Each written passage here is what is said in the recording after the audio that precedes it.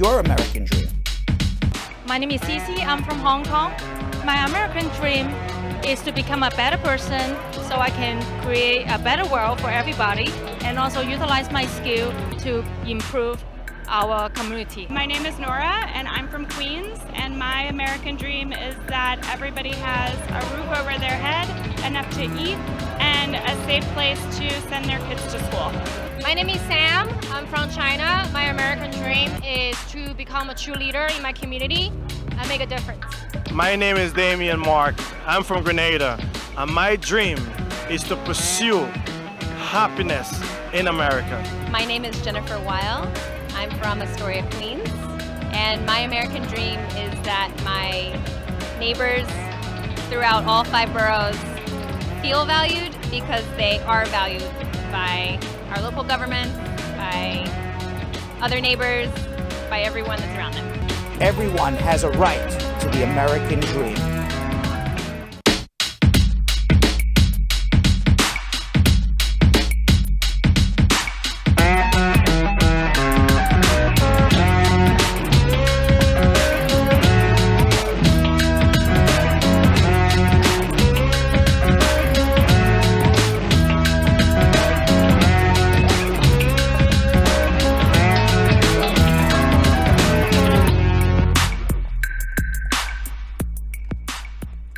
Welcome everybody, July 15th, 2021. I am joined in my studio. Wait, is my jacket good? Yes. I am joined in my studio with Jonathan Yo-Yo Elias, somewhere out in the Ethernet, internet, what do you call it? The Ethernet, the internet, the World Wide Web. How about all of them?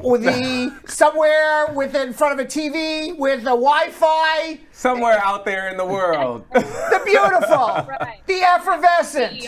Vanessa Nesquik Contreras, how are you, my dear? Oh wow, Nesquik, it looks like you have a halo.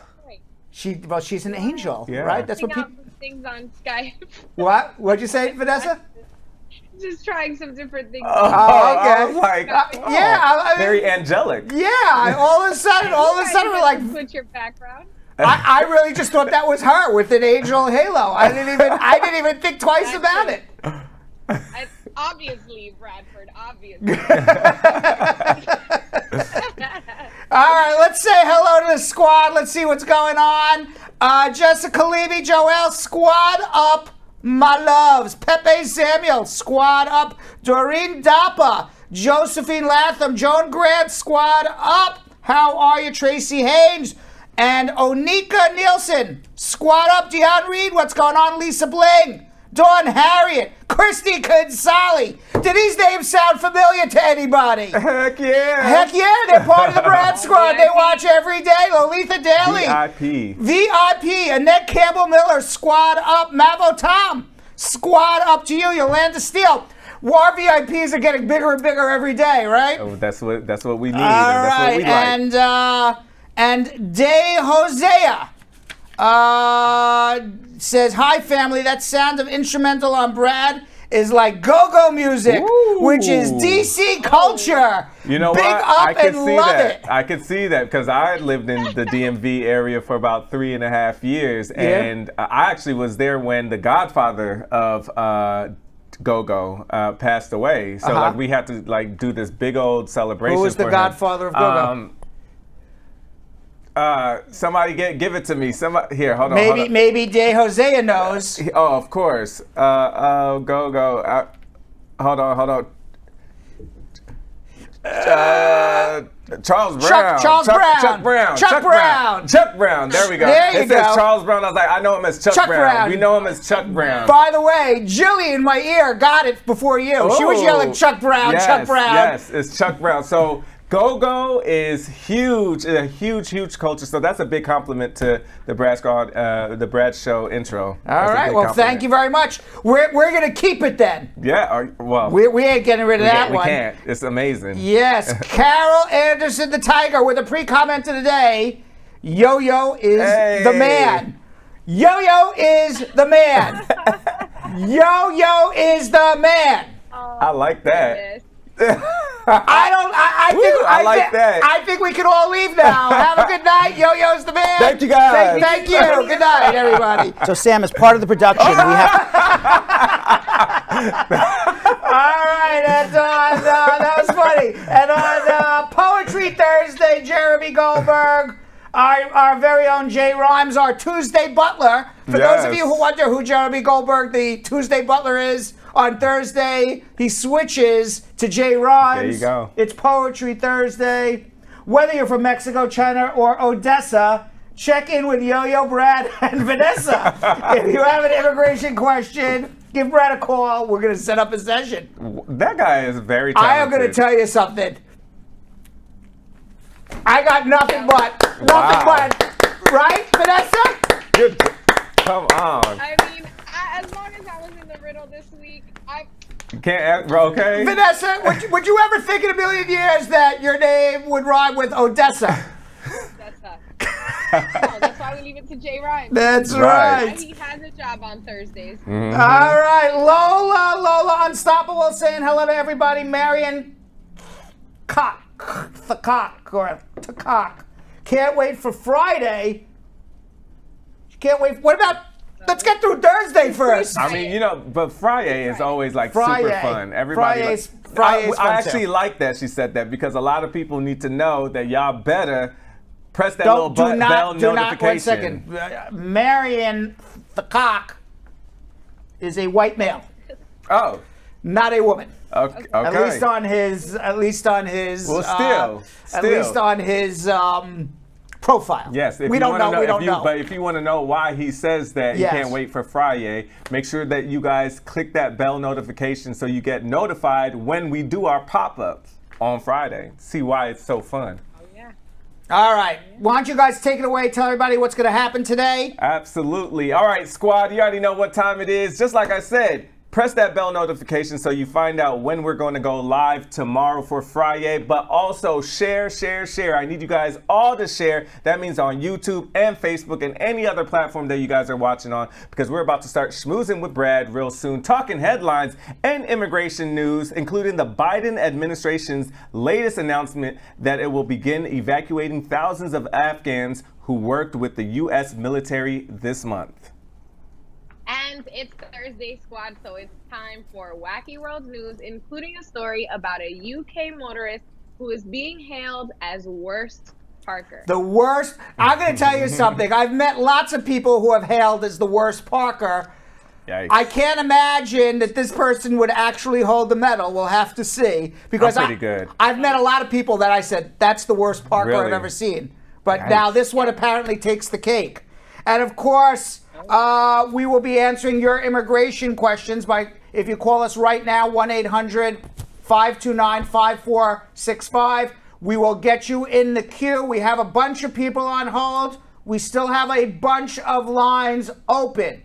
Every day, our lines, let me give you a hint, are open now. And then when I get to, okay, you have a question, I have an answer, our lines are then locked because everybody has called. Hint, hint. If you want to speak to me, you have an immigration issue, you can leave a comment and we'll answer it. But if you really want the real McCoy, you know what the real McCoy is? I've heard of it. Okay, the real McCoy is the real stuff, the real thing. Then you call 1-800-529-5465 because you're getting the McCoy. Absolutely. You're not just getting a quick yes or no. This is very speed true. round answer. Yes. You're getting the whole McCoy, the whole thing. Yes. And of course, after I answer your immigration questions, you can leave your comments in our Facebook comments or in our public comments on YouTube. I will respond to your comments, your issues, your concerns, your problems, your questions. Jonathan and Vanessa will be scouring the comment sections for the best comments, issues, problems, and questions of the day. And then later in the show, we will have a new squad versus crew match. Starr-Girl called it out early. I think it was earlier in the week or 2 weeks ago. She left a comment. Starr-Girl said, I need a new crew versus squad match. So we set it up. Because I think it's currently tied now, right? I believe so. I think it's 5-5. It is Squad 5, Crew 5. Uh-oh. So we put Starr-Girl Meka and crew member Lee Manor.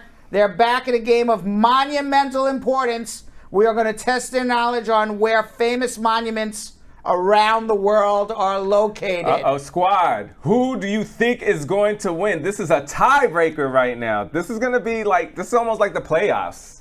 It's a tiebreaker and a nail biter. And a teeth gritter. There's only one person, there's only 3 people who know who won. One of them is in this room. One of them is watching. And one of them is back there doing work while we're on air. There you go. Only 3 people are aware. You know, it's like when the Academy Awards, they bring the 3 accountants on, and the accountants are like, only these 3 people know. That's it. Who? I know. Right. It was a good game. Did Jonathan tell you, Vanessa? I want her to get some. I want her to be surprised. For the surprise. Who do you think is gonna win? I don't know. That Starr-Girl. That Starr-Girl doesn't look like she likes to lose. She doesn't? I love my Starr-Girl. I do. I do.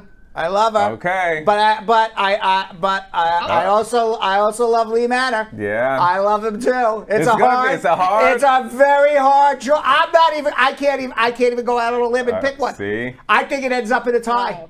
I still think we're gonna have a 5-5 tie. Well, squad is going in. Joan Ambitious Powell saying, we got this Starr-Girl. Don Harriet saying, Starr-Girl, of course.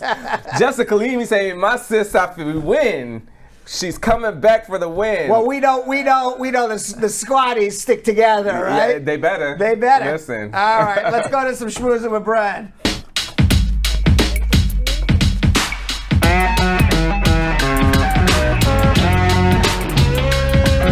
So the Biden administration, they're going to begin evacuating thousands of Afghans who work with the U.S. military as interpreters and translators this month. The administration announced yesterday that it will be launching a program called Operation Allies Refugee to relocate eligible Afghan nationals and their families while their visa applications are being vetted. The first flights out of Afghanistan are going to begin in July. We've been talking about this for a while. There's probably about 20,000 or so Afghans who help the U.S. military, mostly translators. Their lives, their spouses' lives, their children's lives are at risk right now as the Taliban will most likely come back into power. 21 years of the U.S. military in Afghanistan, and everything goes back to where it was. Whether the Afghans like that or not, you know, we spoke with somebody, the author from Afghanistan. Julie, tell me his name again. I just went blank on his name. Jamil John Kirkai. Kochai, excuse me. We spoke to him. He was a book author a few weeks ago. And my recollection of what he said, what stands out about that whole interview about Afghanistan, he said the people in Afghanistan, more important than anything else, want peace. They don't care if the Americans are there. They don't care if the Taliban is there. They just want to live in peace. Yeah. And I think that's what most people want. Yeah. So it looks like the Taliban's going to come back. It appears they're going to take retribution on many of these interpreters who help the U.S. military. Right. So the U.S. military is now getting them out. White House Press Secretary Jen Psaki said, our objective is to get individuals who are eligible relocated out of Afghanistan in advance of the removal of the withdrawal of troops by the end of August. The administration has been facing a lot of pressure from lawmakers, both Republicans and Democrats, both in agreement, fearing that those who served alongside the U.S. military are really at risk of severe punishment or perhaps even death. Yeah. It could be literally a bloodbath if we don't get them out. Yeah. So I would be so scared right now.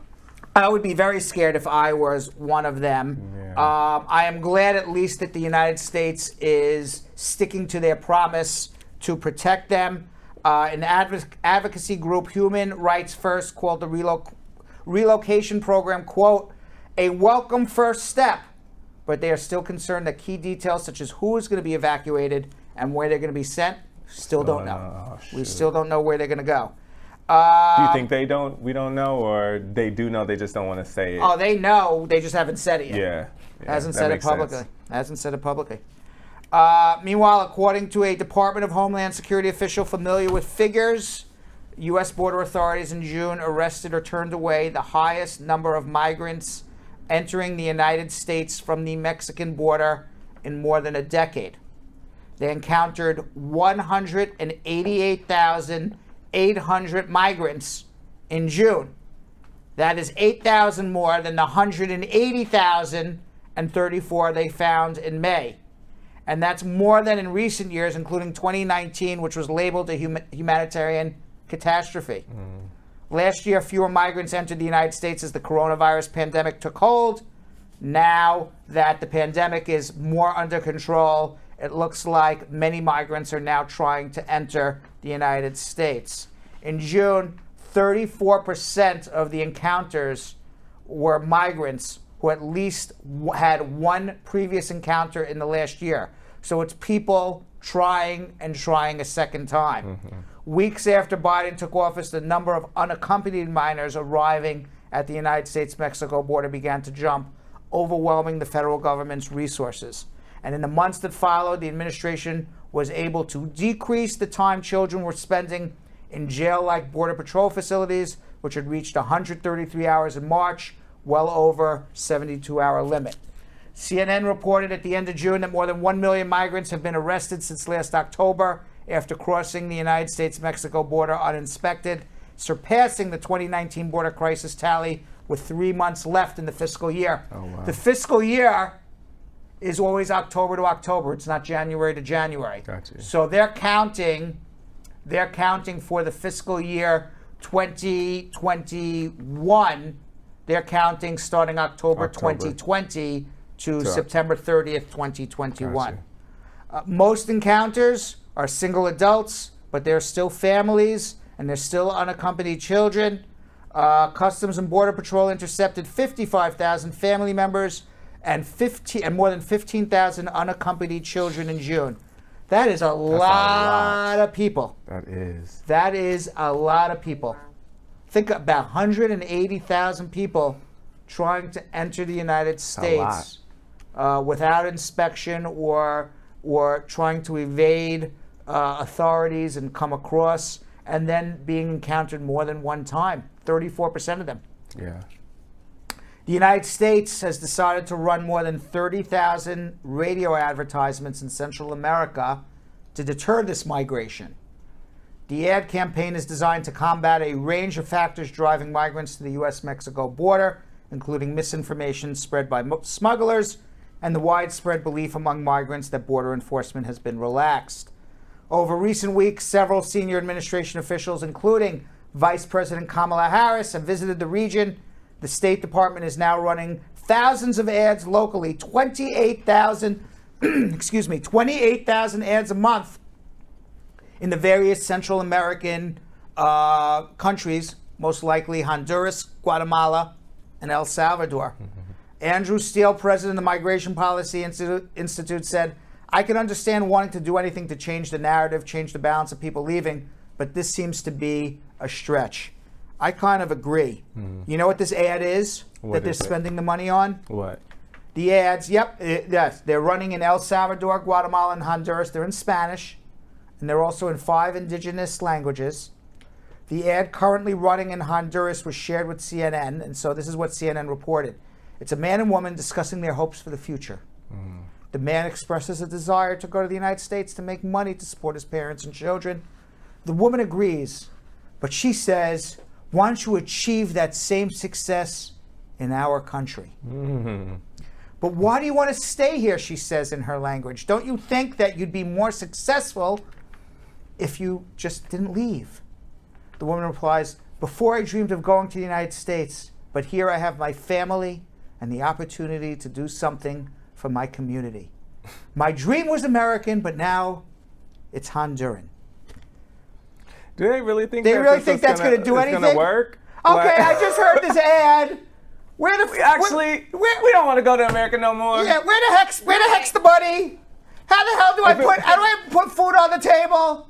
How do I pay my bills? It's ignorant, because if it was that easy, they wouldn't have risked Right. their lives, Right. their families' lives, to come here. Like, it's a waste of money. You know, I'm going to tell you something. You know, when I see something like that, I'm just like,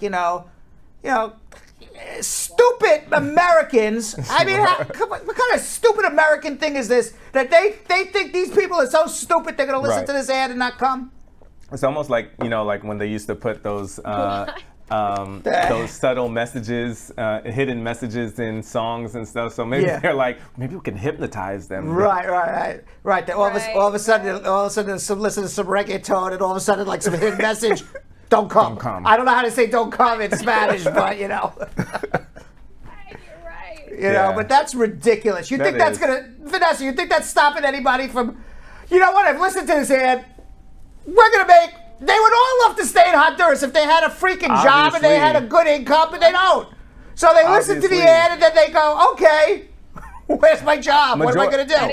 That is right over their head. Right, Right in one ear, out the other. And this is how they don't even pay attention, because I can't say majority, but many, many, many immigrants that I know, my family included, came here to make a better life for their family, themselves, and they always say, I want to retire back home. My mother's still trying to go back home to retire. So it's like, if it was that easy, obviously they would stay home. Like, come on. Right.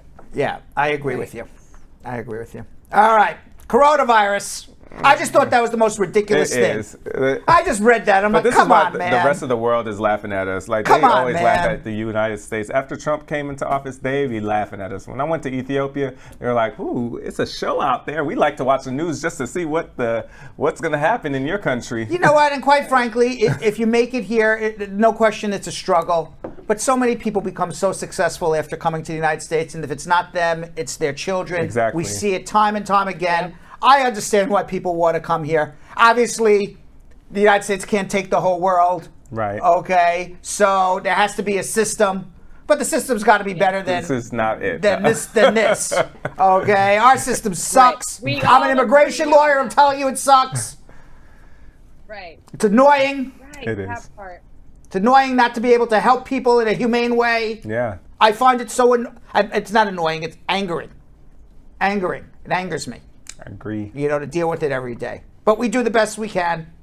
But you know what? To say, oh, you'll have a better life in Honduras, maybe you'll be happier in Honduras because you're staying with your family, of course.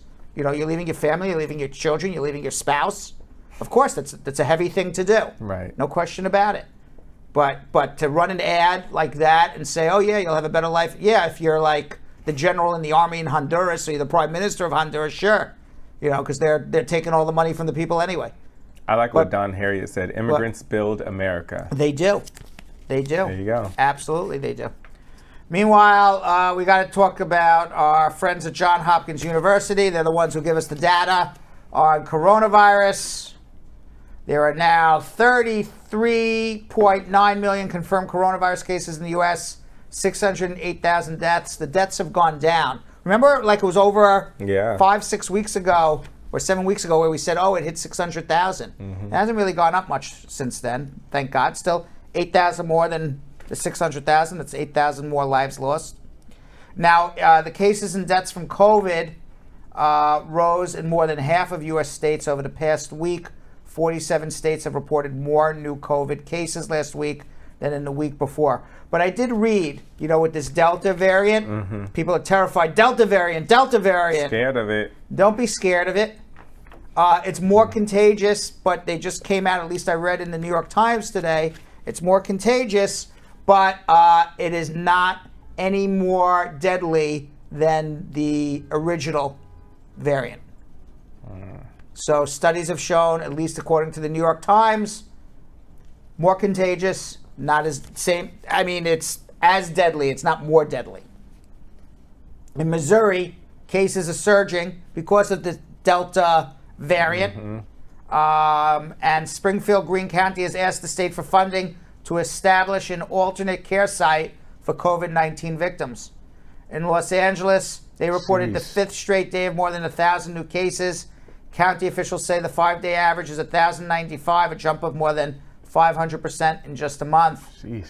That's a And lot. Johnson & Johnson has published an interim study. I have taken the Johnson & Johnson shot, so I take interest in this. That says that the one shot has produced an immune response that lasts at least 8 months and is extraordinarily protective against the Delta variant as well. You know who Olivia Rodrigo is? Nope. Vanessa? No. Nobody seems to know her. Maybe we're too old. But she went to the White House to meet the president and Dr. Anthony Fauci yesterday. That's a pretty She boss. TikTok girl? That's a boss-ass picture, though. Yeah, That's a boss as picture. part of the Biden-Harris administration's effort to get young people vaccinated. She is known for her role as Ninny Salazar Roberts in the Disney series High School Musical. The musical, the series, and her debut single, Driver's License, released January 2021, reached #1 in multiple countries, including the United States. Yeah, we don't know. We definitely don't know. She just Driver's came out. License. She just came out January 2021, and then that's High School Musical. That's the new New one. the new one. Right. Yeah. Do you know the song Driver's License? No. But big ups to her for that, though. Yes. I mean, she's gonna hit. She's gonna hit people. If she's a pop star, she's gonna hit a certain niche. It's just not one of us. I have no idea who she is. Let's go. But I'm glad she visited the White House. I am too. All right, and in France, if you want to go, I can't do a French accent. I can't. I either. can't. Can you do a French accent? I just Vanessa? parlez-vous français? Vanessa? No, nobody. Oui. All I can remember is puis-je aller à toilette? May I please use the bathroom? Because you couldn't use the bathroom if you didn't ask in French. I know how to say that in Russian. Gidye toilette. Oh, I know. It also says, may I please use the bathroom. I know. Voulez-vous coucher avec moi? Coucher C'est ça. avec That's from a song. Yes, I think it's pretty provocative. But, I think you just said something very dirty. Yes. Right. But meanwhile in France, if you want to start going to restaurants, cafes, as of August 1st, you need to show your health pass that you're vaccinated. That's pretty deep. They're going deep. When you start telling the French, you can't go out for dinner. Okay, no cafe. You can't go out to dinner. You can't have a coffee. Croissant. You can't have your croque monsieur. Croissant. You know what a croque monsieur is? That is a ham and cheese and egg sandwich. Oh, or croissant. Or maybe the bottom. On a croissant. On a croissant. Croissant. Listen, can't be messing with a croissant. The soup de jour.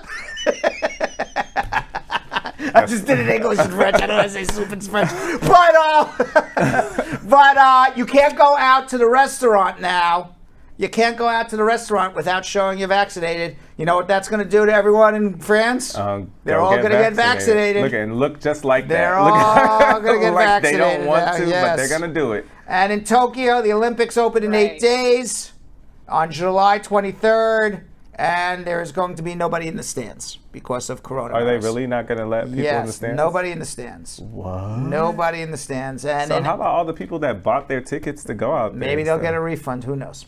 Meanwhile, in Africa, home to 17.7% of the world's population, only 1% of the world's COVID. They have only received 1% of the world's COVID vaccine supply. Dr. Matashido Moeti, World Health Organization Regional Director for Africa, said the third wave is picking up speed, spreading faster, hitting harder. Wait, so like they're not getting They're not getting it. What the? Why? Because all the rich countries are hoarding it for their own population. Let's see. Well then. I mean, because Africa, has to buy it from either Europe, US, China, Russia. And either China, US, Europe, Russia, either they're hoarding it for their own population or they're selling it to the highest bidder. And I don't think the highest bidder is coming from many of the African countries. Yet they come to Africa to take all their land and supplies and diamonds and gold, oil. Yep. Good job. Yep. That's crazy. Crazy. All right, Wacky World News. Let's have a little fun at least. A little bit. A little bit.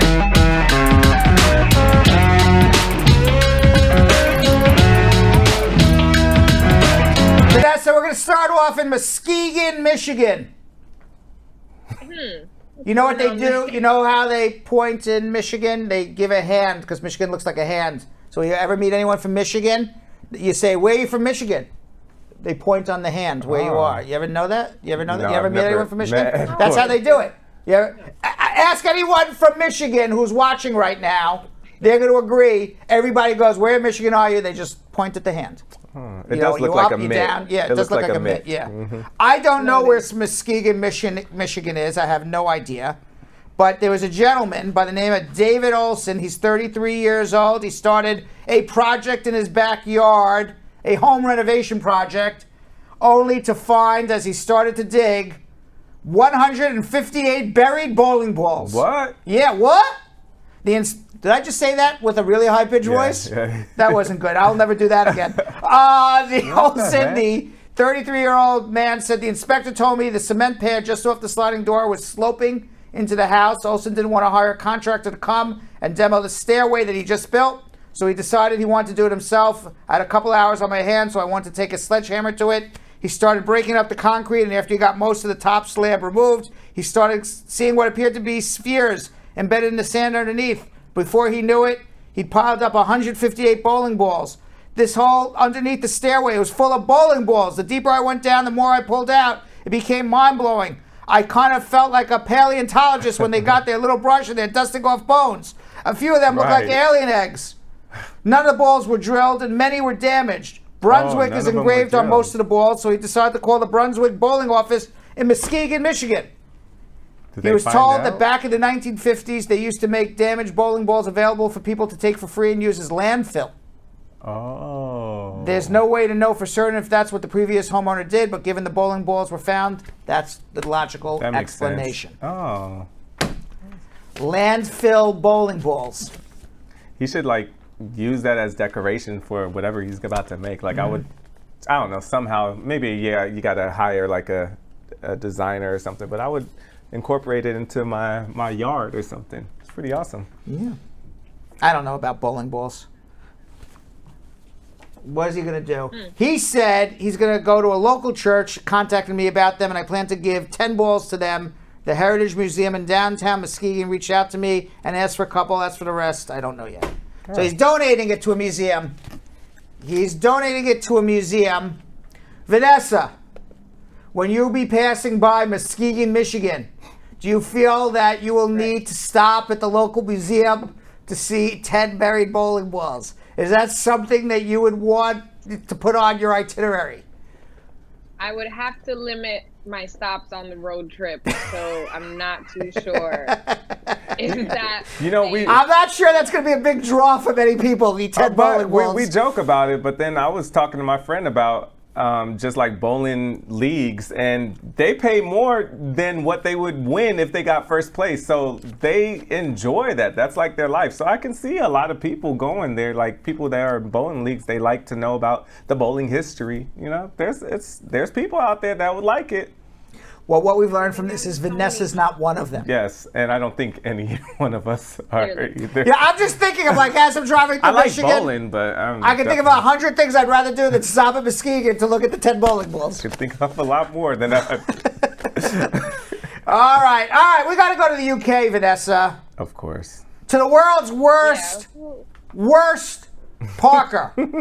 After taking 8 minutes to park in what is basically 2 open spots next to each other. Oh my God. It took this man 8 minutes, or woman, we don't know, to park.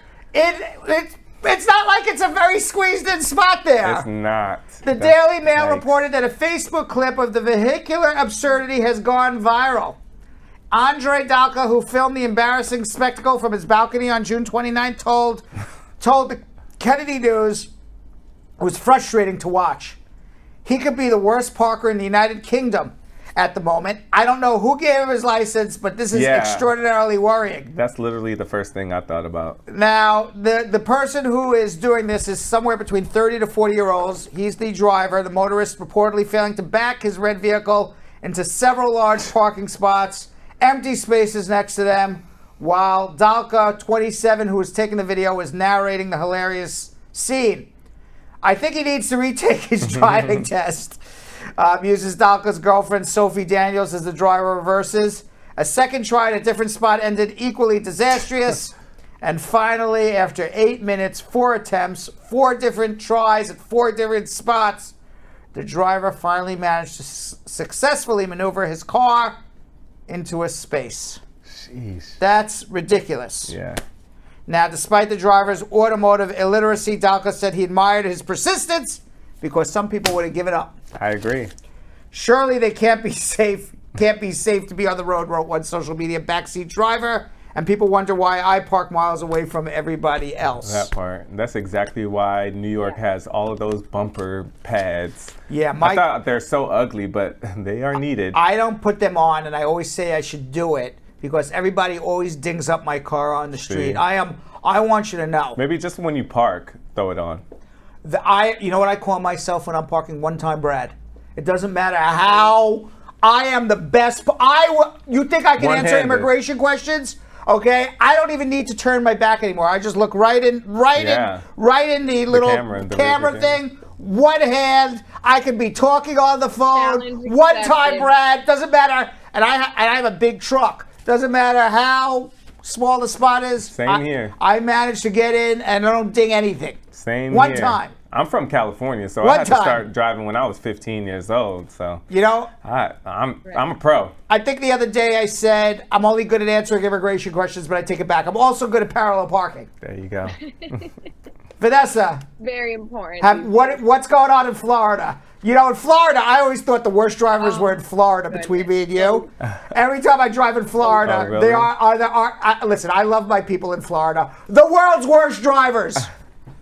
The worst. I'm going to create a TikTok, and I really hope it goes like viral, where you're just showing Floridians the turn signal. All you gotta do is just this little button right here. Oh, they don't know. The person behind you know. Where are you going? Why do you think there's such bad drivers going on? I mean, every time I drive in Florida, every time I drive in Florida, I'm like, man, these are the worst freaking drivers ever. They literally, people in Florida don't care. It's like anything goes in Florida, right? It's like, do they even have any laws in Florida? I don't believe there's like a law in the books in Florida. Questionable. Is there laws in the books in Florida? I don't know. It's weird out here.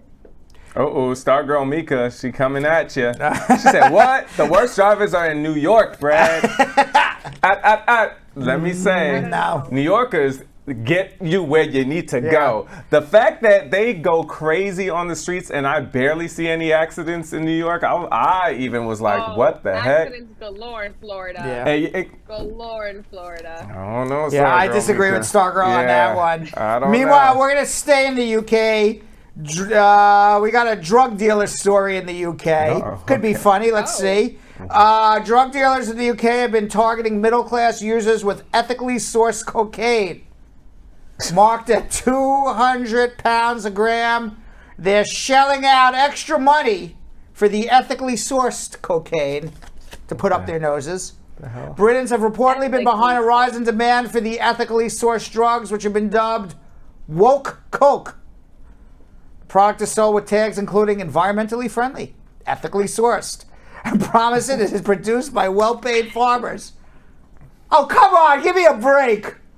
So wait, is this still illegal? Of course it's illegal. And how do you know that it was produced by well-paid farmers? Come on, and that they're being environmentally friendly. You trust drug dealers, man? The only thing I could trust them with is them getting money. Meanwhile, Jill had the best line in my ear. The only thing woke about coke keeps you wide awake. That part. That's what I thought it meant. That's the stupidest thing I've ever heard in my entire life. You know what? I only want to buy the organically farmed cocaine. Say no to drugs, y'all. Say no to drugs. I don't even know why we have drug things on here. Yeah. Meanwhile, one art buyer just bought a Leonardo Da Vinci sketch for $12 million. Do you know how big it was? The size of a Post-it note. The drawing was yes, the size of a Post-it note. It was a sketch from Leonardo da Vinci, and one of the rare sketches from the Italian Renaissance master. It was the head of a bear. It was a total of 2.7 by 2.7 inches. Can we convert 2.7 inches into centimeters? So people who follow centimeters know how small this is. What is that? About 5 centimeters by 5 centimeters, That's right? Wild. $12 million. Yeah, $12 million. It's probably 5 centimeters by 5 centimeters. Christie's noted 6.858 centimeters. Christie's noted its small size aside, the sketch is an exquisite demonstration of Leonardo da Vinci's unsurpassed mastery as a draftsman and of his groundbreaking attitude towards the studies of nature. That is some good sales BS. Boy, these art people really know how to BS you. Yep. I would be so mad if I was Da Vinci and my Post-it note is going for 12 mil when I probably didn't get none of that when I was alive. Look at that. All right, Vanessa, question for you. What's the bigger sales BS? Oh, God. Is it... We have so many One that we talked second. about. Is it that this Coke is vegan, organic, lifestyle, ethically sourced from environmentally friendly, well-paid farmers, and you pay 200 pounds a gram, 200 pounds a gram. I got confused pounds a gram for, or the $12 million Leonardo da Vinci 2.7 inch by 2.7 inch doodle of a bear, where Christie's writes, the drawing was executed in a silver point on a pale, prepared paper, an incisive and demanding technique which Leonardo was taught in his youth by his master, Andrea del Verrocchio, the leading artist in Florence at the time. The piece was created, Christie's noted its small size, but is an exquisite demonstration of Leonardo da Vinci's unsurpassed mastery as a draftsman and of the groundbreaking attitude toward the study of nature. No, it was him doodling on a piece of paper. It was a doodle. Yeah. A cadoodle doodle, a small one at that. I think we'll get more transactions and more things flowing with the ethical Coke. You think people really are into woke Coke? I mean, come on. At least there'll be multiple clients that'll be able to give us a review. This one sketch. Woke Coke or $12 million Leonardo da Vinci doodle that they're trying to say is like... all things wrong, a lot of things wrong with both activities. That's what I feel. It's a good close race. I agree. And now let me ask you, what's even worse? A fully clothed Braducation? Or Or a fully clothed OnlyFans Braducation. Exactly. We're going to watch a fully clothed Braducation, but you can also watch a fully clothed OnlyFans Braducation as well. We'll figure out which one is worse or better, but in today's fully clothed Braducation that you can only watch on our OnlyFans fully clothed account, I talk about the 4 very important things you should do if you're injured on a job on a construction site. Let's watch. My goal is straightforward, to make the law usable and easy to understand for everyone. All of us in the United States have equal rights and should have an equal opportunity and a right to justice. I'm here to help because I want everybody to achieve their American dream. I'm Brad Bernstein, and this is your Litigation Braducation. I'm not here to tell you what you want to know. I'm here to tell you what you need to know. Construction accident law is different in each state and is very complex. My objective is to make the law easy for you to understand so that you can use the justice system to your advantage if you or your loved one is ever hurt in a construction accident. Now, according to the Bureau of Labor Statistics, there are more than 150,000 serious construction site accident injuries each year in the United States. That's enough to fill 2 NFL football stadiums. And in fact, the Liberty Mutual Workplace Safety Index recently reported that United States companies have paid out more than $62 billion for workplace injuries in only 1 year. That is more than $1 billion per week. And the annual cost to United States business of lost time workplace injuries is greater than the gross domestic product of 91 countries, according to data from the World Monetary Fund. So this is really important to know, because there is big money on the line if you get injured, and you want the money in your pocket and your loved one's pocket, and not in the pocket of some fat cat at the insurance company. So listen up, because some things are universal no matter what state you're injured in. Now, most worksite injuries fall under workers' compensation and prevent you from filing a civil action for your personal injuries. But in New York and in many other states, if you get injured on a construction site, you can obtain workers' compensation and also file a lawsuit for your pain and suffering, your lost earnings, and all past and future medical bills. So if you fall, something falls on you, you're injured on the construction site, these are the things you must do to make sure you put yourself in the best legal position to ensure your highest money settlement. Number 1, stay where you are and call an ambulance. Do not have your employer or coworker drive you to the hospital, because then there is no record that you were injured at a construction site. The insurance company could say the accident never occurred where you claim it did. Number 2, take pictures and video, or if you're too injured, have your friend and coworker take pictures and videos of you and everything around you.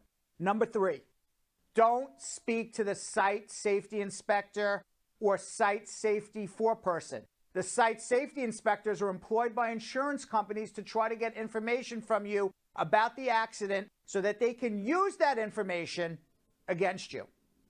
Number 4, only talk to your doctor and lawyer about your injuries. Reason number 1, unfortunately, there are a lot of ambulance chasers out there, and if you have a serious injury, there will be a lot of unscrupulous lawyers and quote-unquote paralegals walking into your hospital room because they're tipped off by someone in the medical facility and getting you to sign things that are not in your best interest. Sometimes people are looking to rip you off. Sometimes they're ambulance chasers. Sometimes they work for the insurance companies. But no matter what, they are not helping you. So kick them out.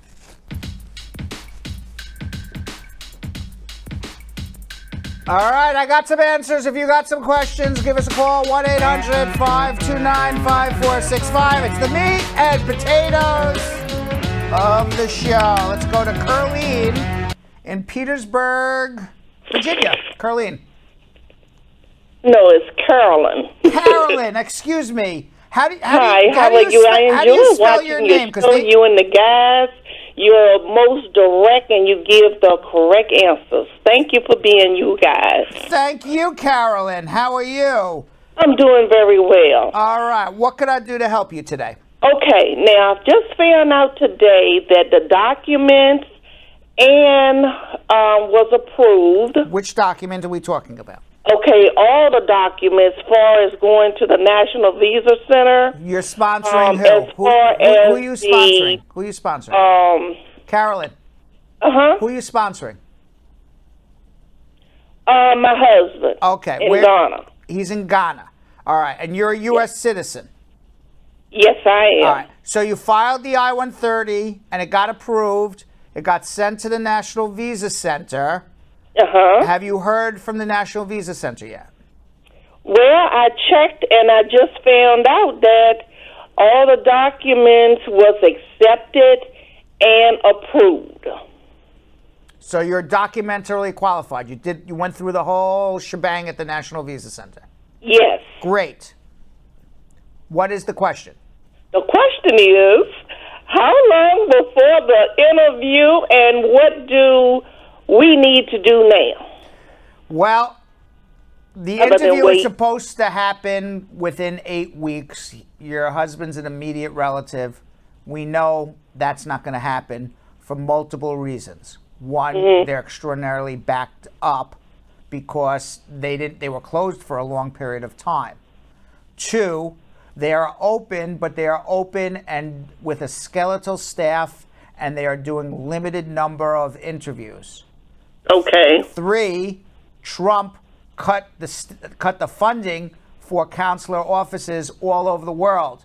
So even before the pandemic and Biden came into office, there were backlogs because Trump was cutting staffing as a result of he didn't want immigrants coming to America.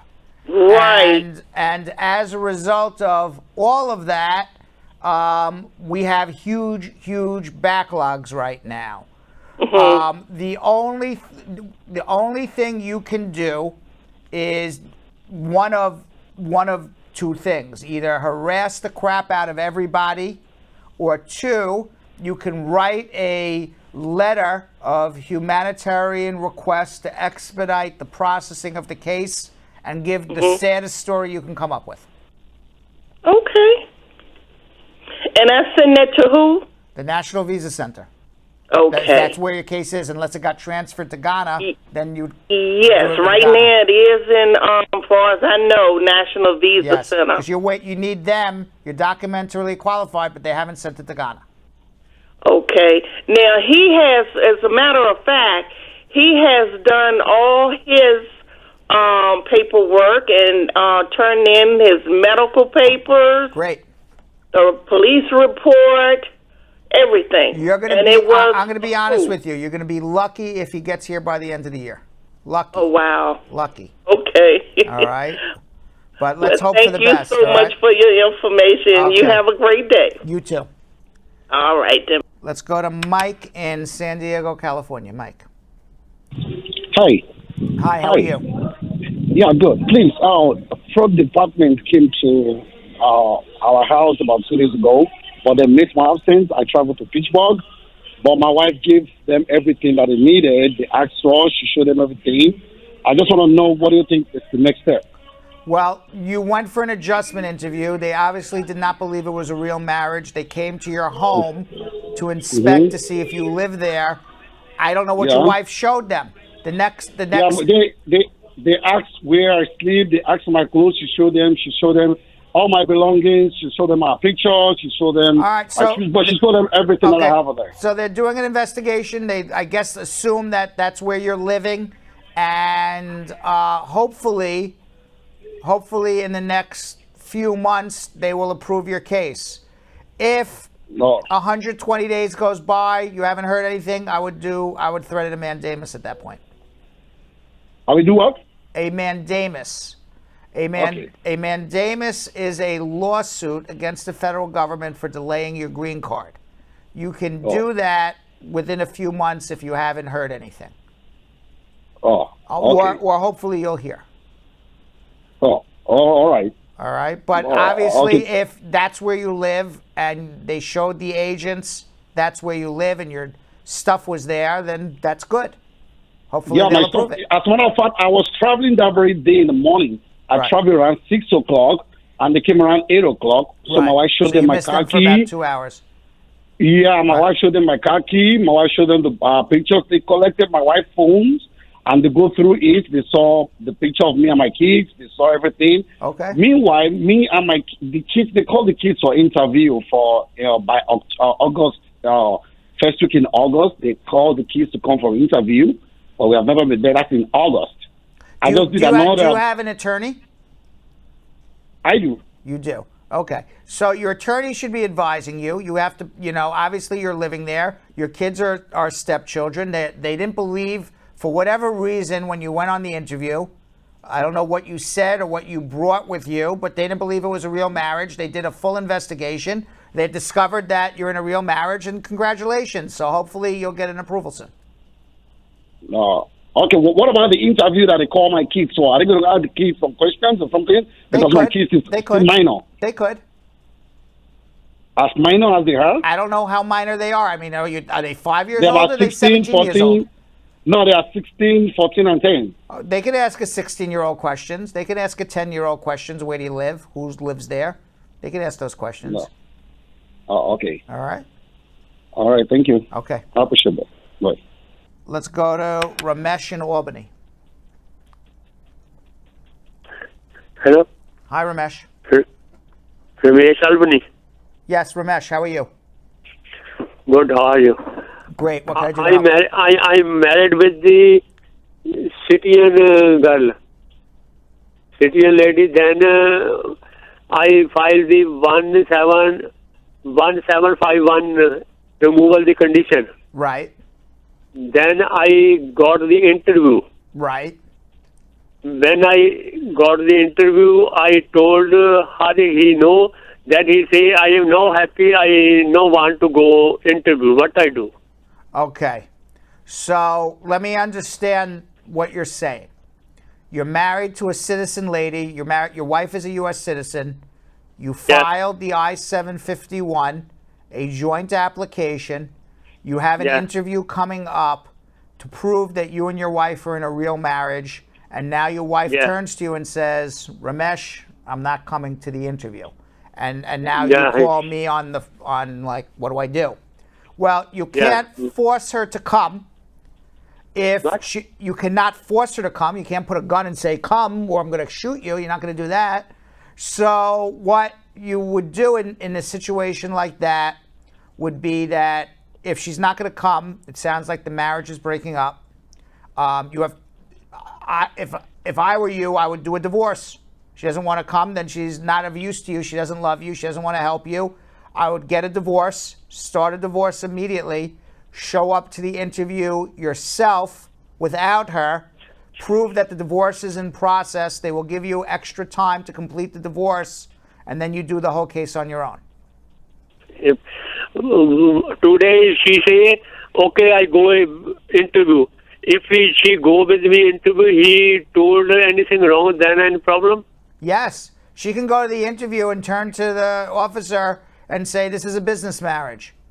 She can say, I live at 1 Main Street when you live at 17 Cherry Lane. You know, she could say, who knows what she'll say.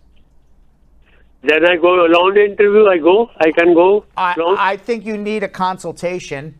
I think this goes well beyond a telephone call. I think you need a consultation. But if you don't trust your wife to say the right thing and she's refusing to come one day and another day she says she's going to come, it sounds like to me this marriage is no good. And if the marriage is no good, then get a divorce from her. You go alone. You prove it's a real marriage. I assume it's a real marriage. You prove it's a real marriage. You go alone and you say, here's my divorce. I'll be divorced soon. But 4 years, no problem any. Good marriage from 4 years. This time when she no interview, she say, I no happy, I no want to go there. Then if it's a good marriage, nobody says it's not a good marriage, first of all, because if it wasn't a good marriage, then, you know, you can't fake a business marriage. And, you know, I would be telling you, you got big troubles. Okay. Everyone believes it's a good marriage. You either have 4 years, my marriage is good, no any problem. Ramesh, you either... I don't know, Ramesh, but no any problem. Listen to me. You have 2 choices in your life at this point. Okay? Yeah. Choice 1 is you and your wife show up at the interview. You prove you live together. You prove you love each other. That's choice 1. Choice 2 is you get a divorce from her. You start that right now. You go on the interview without her. You bring proof that it was a real marriage, but now the marriage is breaking up. I'm getting a divorce. You talk alone without her. You prove it's a real marriage. Even if you're not fully divorced, they will give you time to complete the divorce, and you complete the case on your own as a divorced man. You don't have choice 3. Choice 3 is that she's abusing you, but I don't hear that. Choice 4 is there would be a hardship if you went home. I don't hear that. You got 2 choices. Okay. From 1 week, he no come in my house together where I live. Ramesh, I can't solve your problem on this show. I just gave you your choices. You can say thank you, or maybe I need more help. All right, hold on 1 second. Thank you, sir. Thank you, sir. Hold on 1 second. He needs more help. Hassan in the Bronx. Hassan.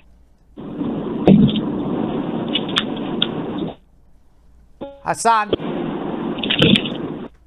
Hello. Hi, how are you? Mr. Brad, good evening. Good evening. Yeah, I have a question. Go ahead.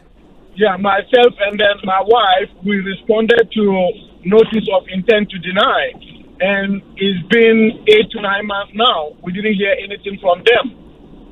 You responded to the notice of intent to deny, and then what? And then we did not hear from them. And it's about 8 to 9 months now. Okay. So what would? So your question is, what do you do? And then, and then I'm asking if it's normal that way.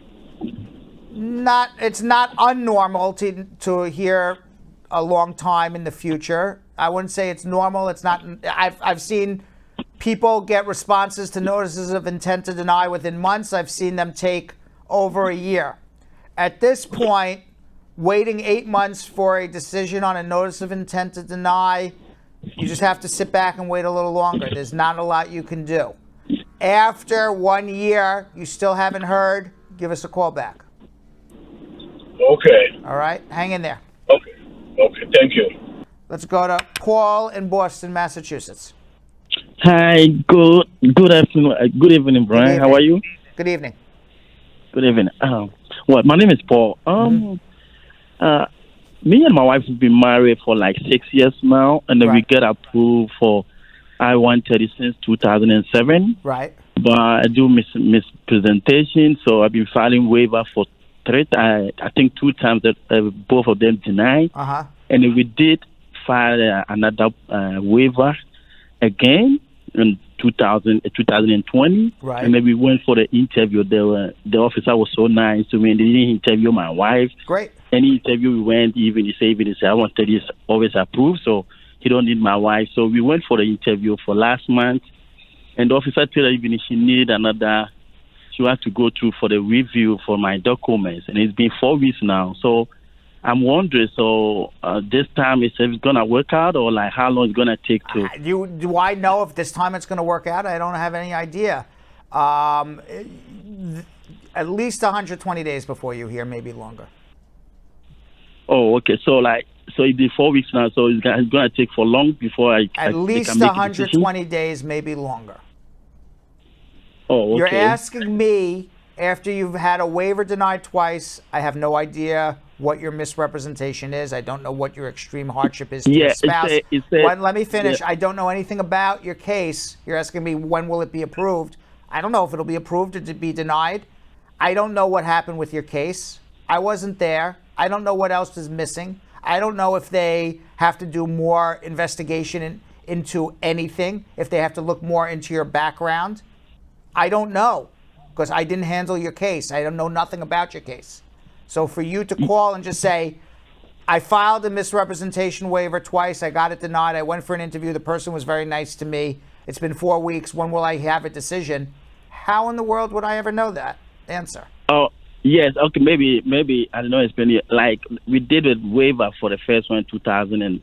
Again, how do I know when you would get, it would be impossible for me.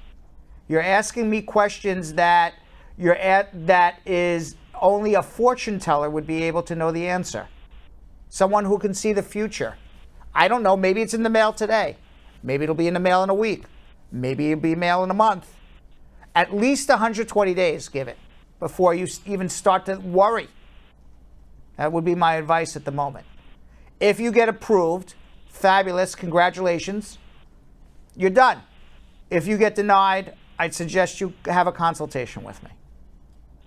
Oh, okay. And I would like to, because like so this time, because anytime they deny, it's like 2 weeks they send deny. But this time, the officer told me that everything even she need, she think I even we provide, and I say yes, and I say okay. She's gonna review it everything, then she's gonna get back to me and make a decision. If you don't get any mail, Magic 8 Ball.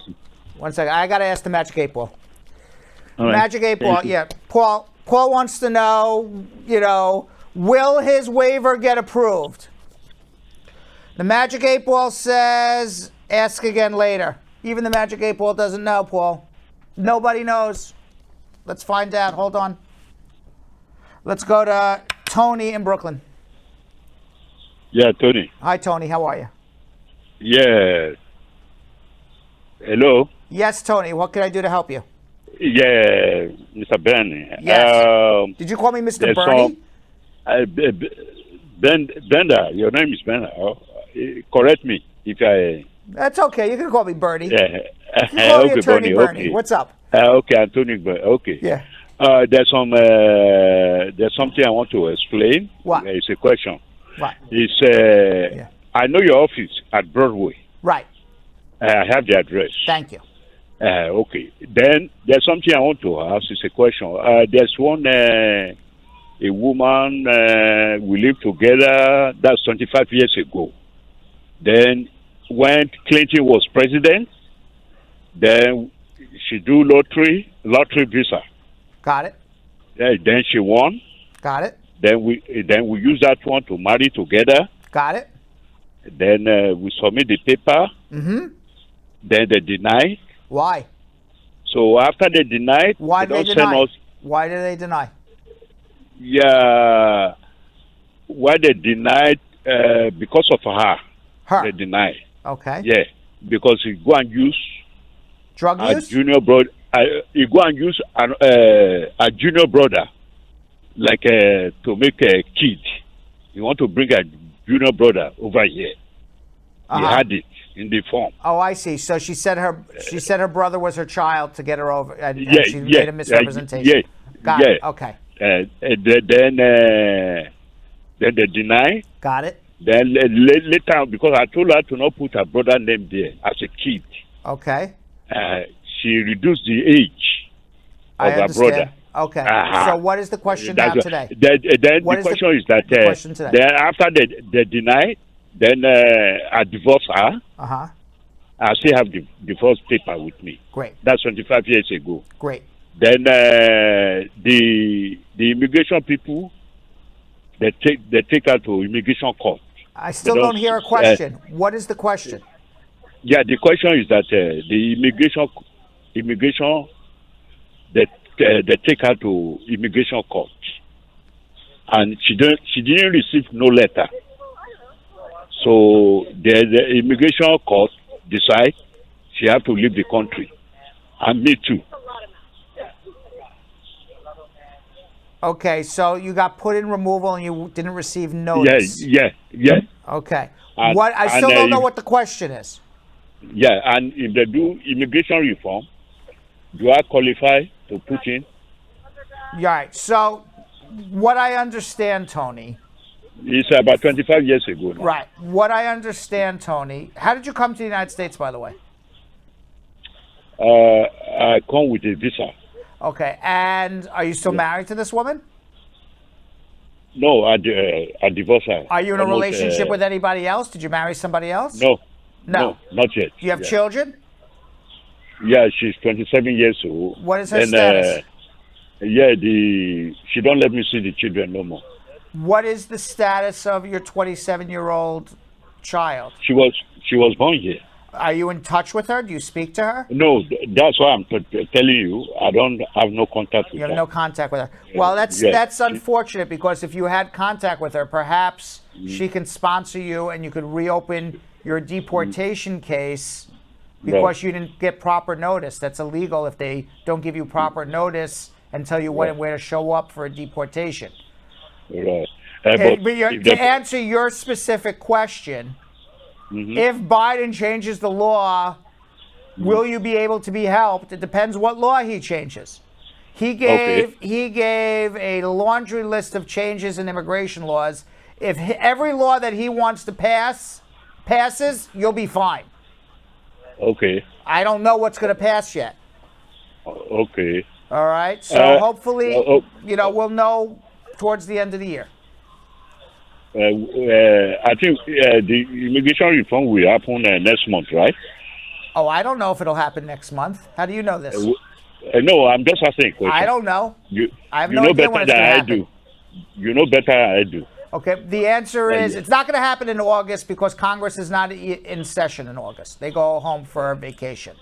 So the best hopefully would be October or November. Hopefully. But one question before I leave you. Can I process the removal now, or I wait for you need a consultation. I gotta see what happens. Yeah, I know. Hold on one second. You need a consultation. The answer is I know. The answer is come for a consultation. Hold on one second. I think I need to get like one of those. What do they call it? Like a Swami hat. Where like you have like that really colorful hat, and that person knows how to tell the future.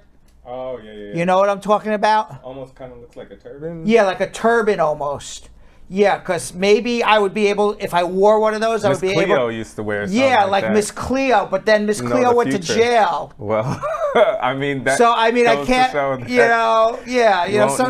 something like that, but not go to jail. Because everybody's asking me what the future will be. We should get. What we need is they don't need a lawyer. They need a fortune teller. They need fortune tellers. When will Biden change the law? I don't know. When will they give me a waiver? I don't know. How would I know these answers? All right, let's see if Mohammed has a legal question or a fortune teller question. Let's see. Mohammed in Arlington, Virginia. Yes, sir. How are you? I'm good. How are you? Good. I just received my notice to appear in court yesterday. It was for my asylum. Right. It showed in the notes this is not a deny for your asylum application. Right. What should I do? Well, you went for your asylum case, and they denied you because either they said you don't have a credible fear of persecution, meaning that they didn't believe your story, or they believed your story. You were extraordinarily credible, but you have not demonstrated that you fall within a group of people that would be persecuted. It's one or the other. It's either we believe you, but that's not asylum, or we don't believe you, one or the other. I don't know what happened at the interview. So you need a good lawyer to go through your story and make sure that when you tell your story next time, you're credible. Credible means believable. Or if you are an extraordinarily believable person, but after you tell your story, man, that's not asylum, then you need a good lawyer to figure out what other things you can do, because other than that, you're going to get put in deportation. My appointment is next month on the 20th. You need a good lawyer now, as I just explained, one or the other, to represent you so you can best be prepared to tell a credible story, so you can pass and be believable for your asylum. Asylum gets denied for two reasons. They don't believe you, or they believe you, but that's not asylum. So if they believe you and that's not asylum, we better figure out another way to help you, or you're getting deported. And if that's asylum, but they just don't believe your story, then we got to talk about how to make you more believable. Perfect. Hold on 1 second. Hold on. We'll help. Let's go to Fabi in Baltimore, Maryland. Hi, how are you? Good evening, Good. How are you? I'm good, sir. I have called you like June 29th or maybe 30th, and you told me to call you back because I told you that my I-485 was approved in February and my work permit was expired. You told me to call USCIS office and talk to them for passport stamp I-551. So I have called them. They said they will call me within 20 days. Now it's 15 days. But I was tracking my my case. So today I have I saw my tracking, and there was showing your new card is being produced. Great. So what does it mean? That means that they are actually manufacturing your card now. So it With takes. green card or EAD? It sounds Which like card? it's your green card. They're manufacturing. because- They're manufacturing your green card, and they'll put it in the mail to you shortly. So that's all good news.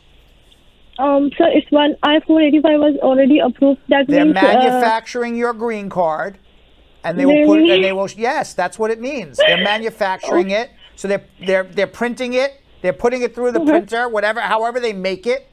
I don't know how. I have no idea how they make a green card, to be honest with you. But whatever they do to make the green card, they're doing it right now, and they will mail it to you shortly. So that's all good news. So like, how many more days it will take? Like, do you have an idea after? I really need to be a swami, but usually it's 4 to 8 weeks. You should get it within a couple weeks, I'm sure. Okay, thank All you right. so Hang much. in there. Thank you Hang so in there. much. Thank Okay. you. Thank You're you. welcome. Have a good All evening. Thank you. All right. Do you know when? Oh my God. Zakia in Los Angeles. Hi. Hi. How are you? Hi. Good, sir. How are you? Good. What's going on? Actually, I brought my husband in 2019 here, July 2019, and as soon as he entered the United States, he changed. He told me he has no love, affection. It's better I give him divorce. And after that, he started fighting with me. Number of times. I trying to educate him. Don't do that. But he didn't listen to me. After 1 year, I called the police 911, and he got arrested. And he had a court date. He didn't go to the court date. So I just wanted to take my petition back. Can I do that? You can't do that, but the fact that he didn't go to a court date means there's a warrant out for his arrest. Eventually, he will be arrested at some point in the future. He will not be able to renew his green card. If he won't be able to travel, he'll get arrested. He'll sit in jail. He's going to be charged with domestic violence. He'll be charged with bail jumping, not showing up to court perhaps on a domestic violence case. Both serious offenses. At a minimum, they are crimes of moral turpitude that happened within 5 years of his entry. He's going to get deported. So you don't need that's to withdraw why. anything. He's going to get deported at some point in the future. If he get that 10-year green card, because He's did going everything. to get deported at some point in the future based on the fact that he was arrested for domestic violence. He skipped out on court. So he's either going to be found guilty of domestic violence or skipping out on a DV case. Both the crimes of moral turpitude. Both happened within 5 years of his first entry into America. He will be deported. You don't have to withdraw anything. Just wait for the criminal justice system to catch up to him. He's going to get deported. Okay. Thank you so much. All right. Thank you so much. You're It's my welcome. pleasure talking to you. Okay. Yeah, thank you. Let's go to Larson in New York, New York. All right, Bright, good evening. Good evening. Yeah, I'm really enjoying your show. Very educative and Thank you. interesting. Thank you. Each time I miss it, it pains me a lot. Oh gosh. But you can always catch us even after. Just watch it after we're live. yeah, the replay is not like the live show. The live show is more interesting to the replay. Yeah. Of course it is, because you don't know what's going to happen next, and you can't fast forward. So, Mr. Bright, I have two questions for you. Yes. The first one is, I applied, I'm supposed to get an advance parole to travel. So I'm asking, because I've heard a couple of persons say it's not safe to travel with advance parole. Some other persons say it's safe to travel with advance parole and all that. So I want to understand from a legal angle of it, do you think it's safe to travel with advance parole? Do you have a pending adjustment of status? Yes, sir. Okay. Do you have a criminal record? No, sir. Then it's absolutely safe to travel with advance parole. Don't listen to anybody else. Where it becomes unsafe to travel with advance parole is when you stay out of the United States for long periods of time. So if you stay out of the United States for months and months and months and months and months on advance parole, you could have a problem re-entering the United States. Advanced parole from a legal point of view is for a short, innocent trip abroad. They don't really say what is a short, innocent trip. There's no specific time period. My opinion, based on my 20 some odd years of almost 30 years now of immigration, I'm closer to 30 than 20, I've never seen anybody stopped with advanced parole who took a trip of 1 month or less ever in my career. And that is a career that spans close to 30 years. I've handled 10,000 plus advanced parole cases, me personally. Maybe, I don't even know how many. I lost track. At least 10,000. I've never seen anybody stopped in the last 30 years who took a short, innocent trip abroad with advanced parole, ever in my life. So my answer to you is, enjoy your trip, don't stay out too long. Okay.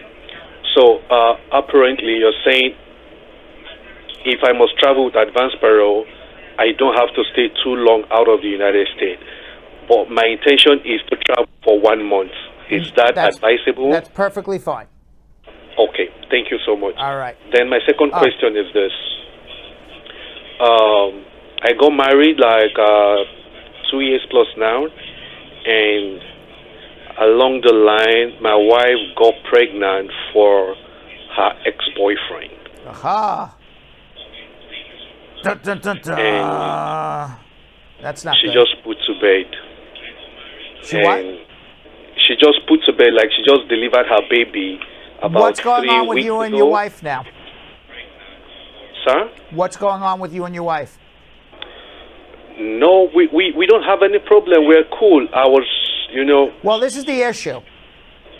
Once a wife gives birth to the ex-boyfriend while she's married to you, first of all, unless she puts the ex-boyfriend's name on the birth certificate, the presumption is you're the father, number one.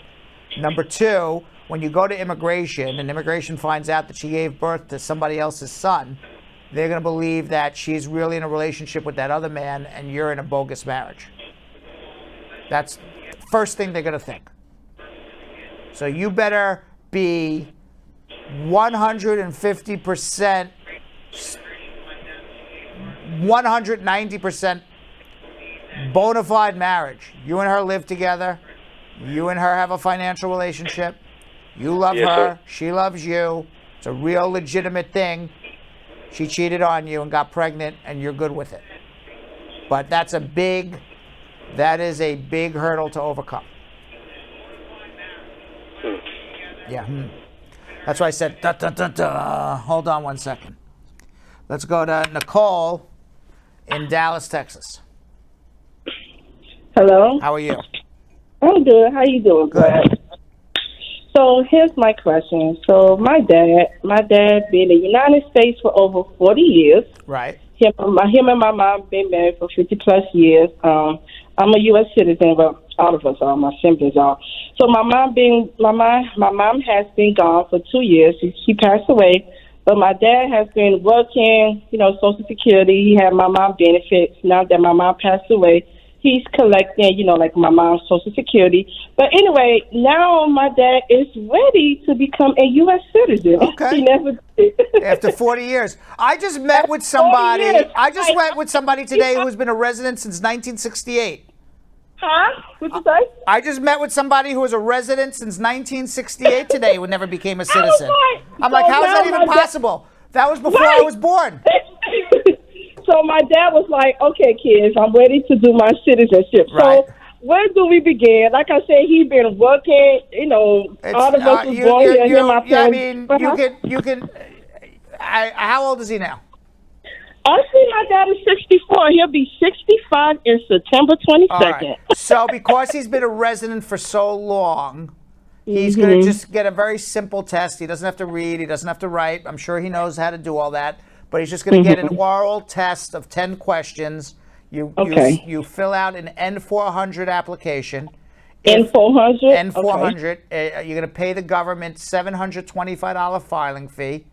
He has to pass a simple test of English and and government civics that will be orally given to him, and bring his tax returns for 5 years, and prove that he's been in the United States for at least 2.5 out of the last 5 years, no trip more than 6 months, and he'll be a citizen by this time next year, if not sooner. Okay, so I'm actually helping him with his paperwork. Like he signed like his old, birth certificate, the stuff they gave him when he came from Haiti and all that stuff.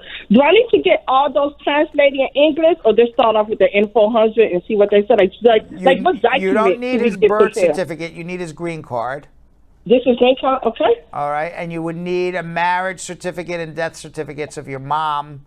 But his birth certificate, they've already translated. They already have a record of it from when he got his green card. The translation doesn't change.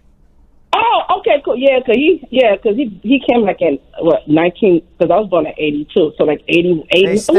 Trust me, they have a translation. They didn't give him a green card without getting a translation back in the day. Yeah, because and ever since he's been here, he never traveled. That's the thing. Fine. He has not traveled. All you need is to file his N400. All you need to do is make a photocopy of his green card and submit it with the N400. Okay. Thank you so much, All right. Brad. I appreciate it. Okay, Have a good great luck. day. Have a good evening. Thank you very Bye-bye. much. Good luck. And by the way, if you didn't get a chance to get your immigration question asked and answered on our show, you can always follow me on Instagram at Real Brad Bernstein. You follow me on Instagram at Real Brad Bernstein. Drop me a DM. I'll be happy to answer your questions as best as I can. You can also follow us at Brad Show Live. You don't like 2 hours of us live. Some do, some don't. But you like 30 seconds of us in tape. The best 30 seconds is on at Brad Show Live on Instagram. And of course, follow us on our all-time new favorite social media site, TikTok. Not dancing, don't worry. But what I am doing is answering 9 questions in 50 seconds, all of our speed rounds, all of our social media check-ins. Watch us on TikTok. People love it. And of course, you can always follow us on OnlyFans, Brad Show Live, Braducation, for all of our Braducations. I am fully clothed. I have a tie on. I am showing more skin right now on this show than I am on OnlyFans, because I'm showing this. Yo, what do you got? Yep, you guys can follow me at Jonathan Elias TV on Instagram. And you guys can find me at Vanessa.Contreras TV.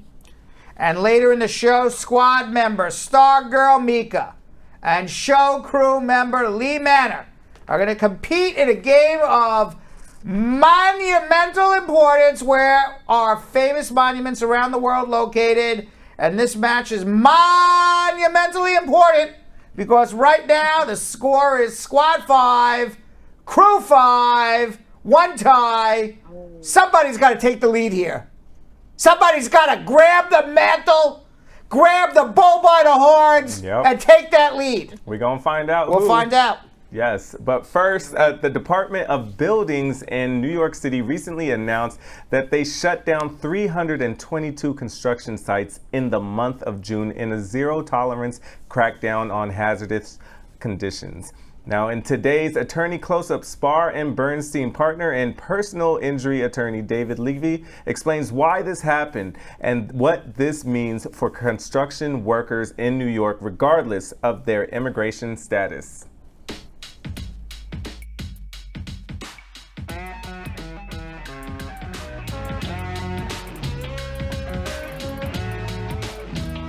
My name is David Levy, and I am a partner here in the Personal Injury Department of Spar and Bernstein, and I'm here to talk to you today about construction work and construction accidents. Most importantly, construction safety.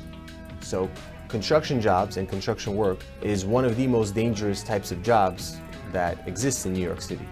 And the Federal Bureau of Labor Statistics has actually confirmed that fact by stating that 27% of all work-related deaths that occur in New York City occur on construction sites by construction employees, despite only 5% of the workforce being construction employees in New York City. So some ask, why is construction so dangerous? And there's a few answers for that. I'd say answer number one is this is New York City. This is the city that never sleeps, and time is money.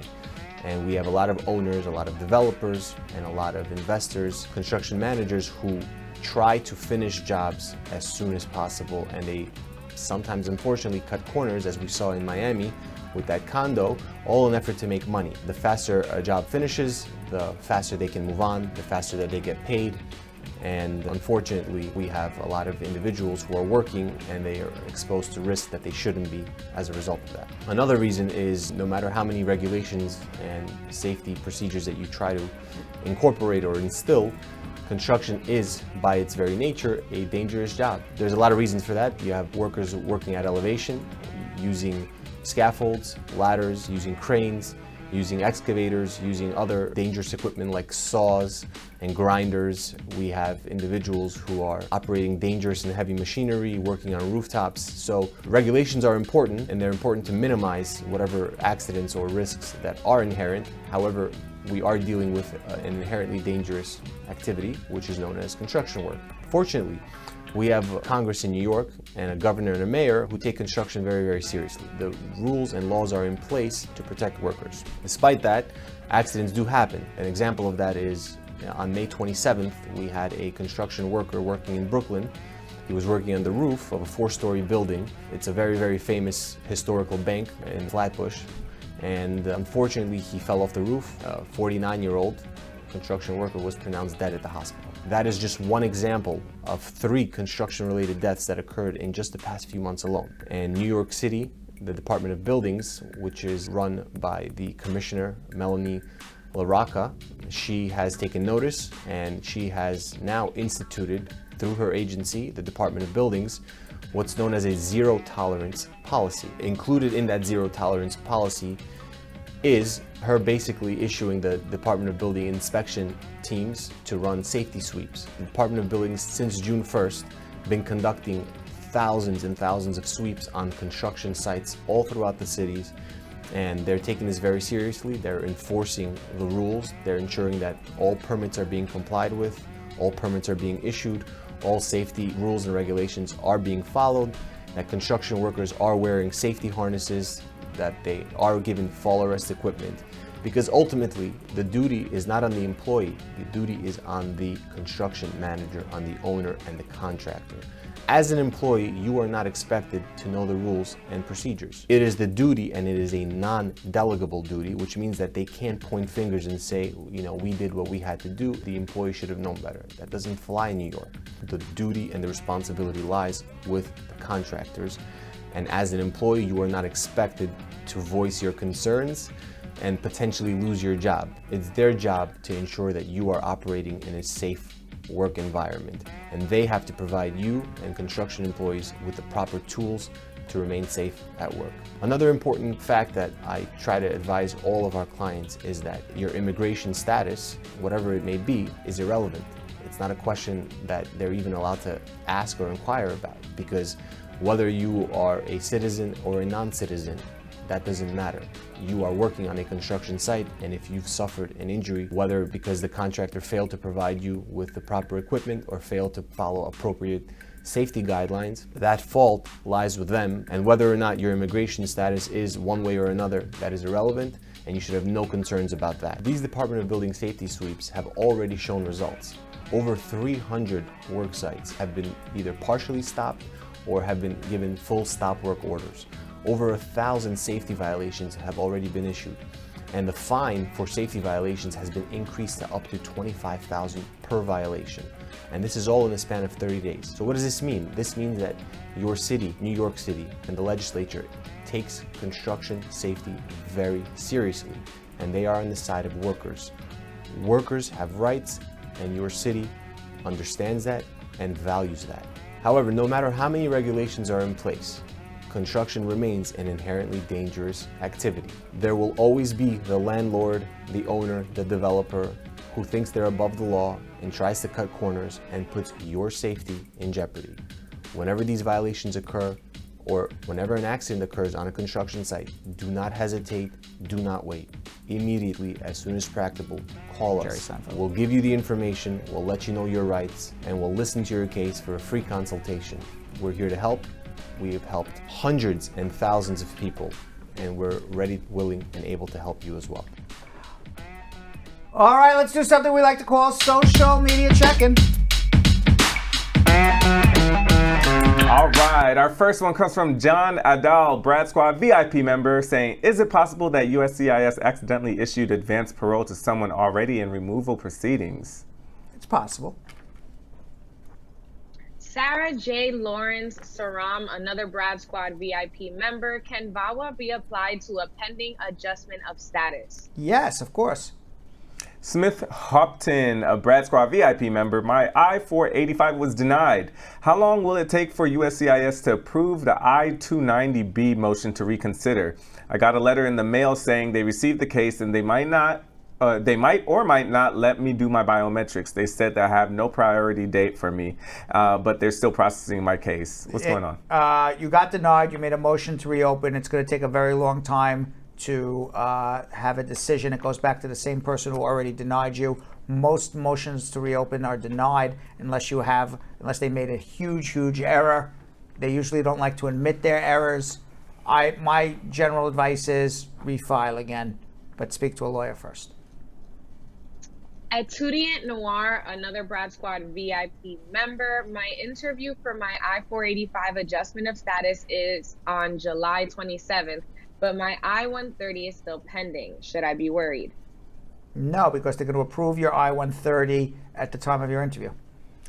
Nanny G. Rucker, Brad Squad VIP member. My cousin has kidney failure and is on dialysis, and she has a heart problem. If she goes back home, she wouldn't be able to afford the treatments.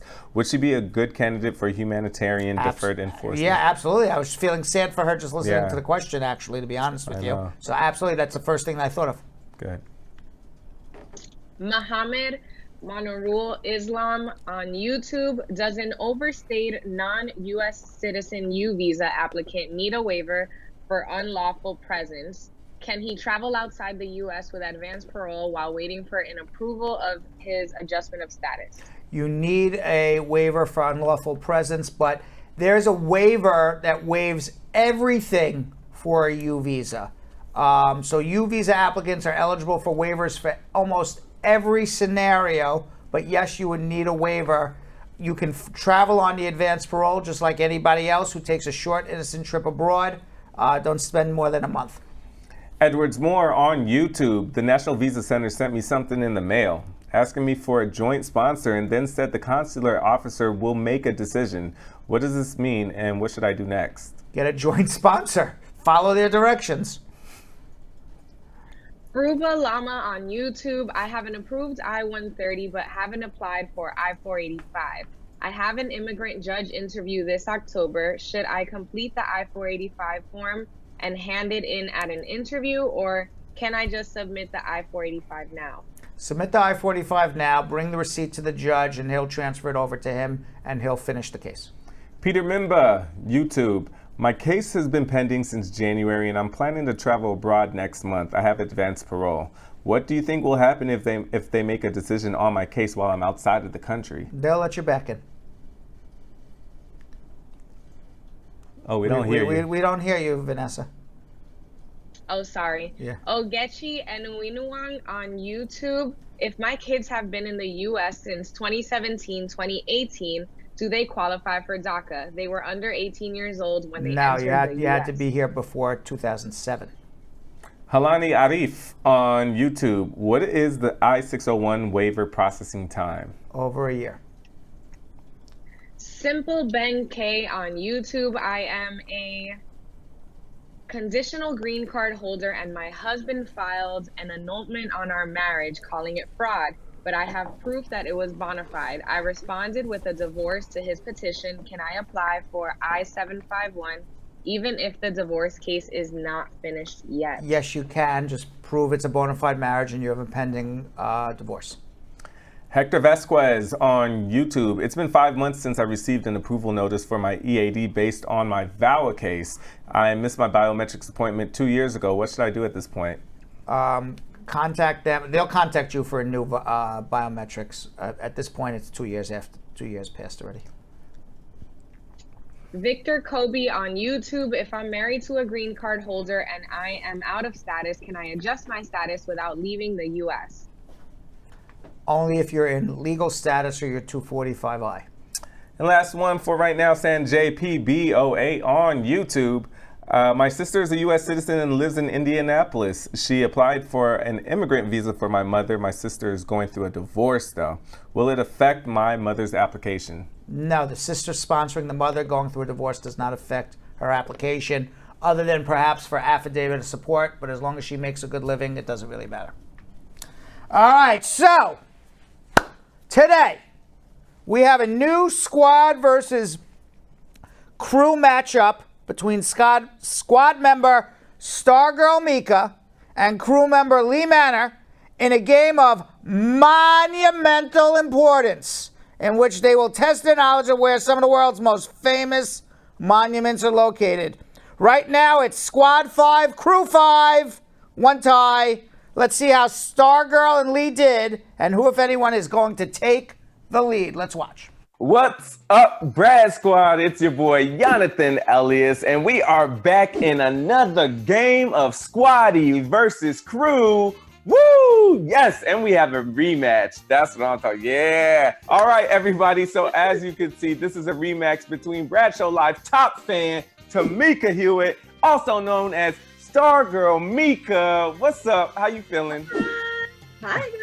Squad, I got y'all this time. All right, and we also have the last winner, Bradshaw team member, Lee Manor. What's up? Good. What's up? I'm chilling. So you bringing your A game?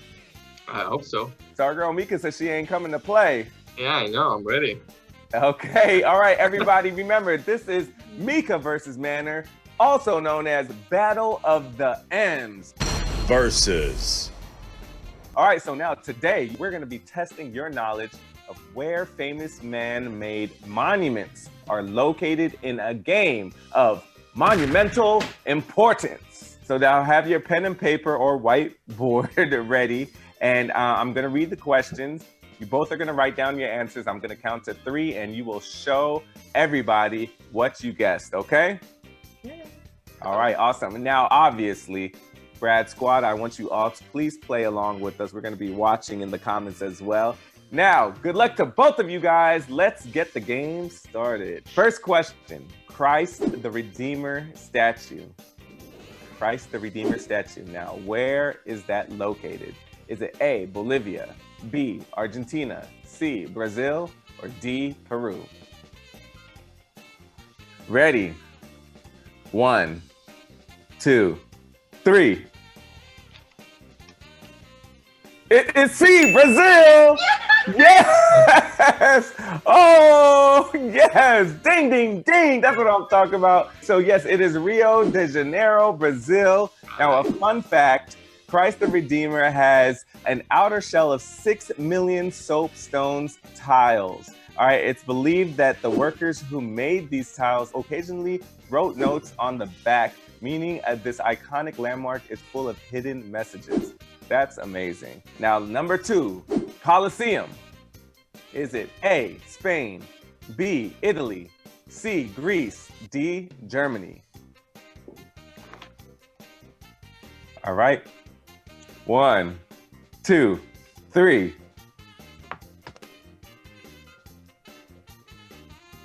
Ding, ding, ding! You guys are both right. Yes. Congratulations. Okay.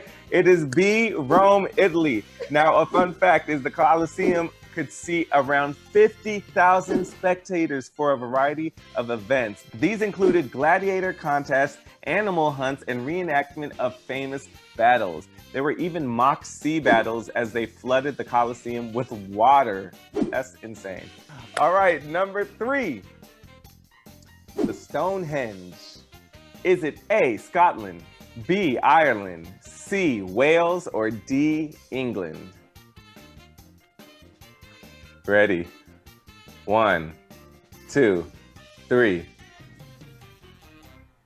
Ding, ding, ding! Crew member got it! Oh, it is tied. It is D, England. Yes, it is in England.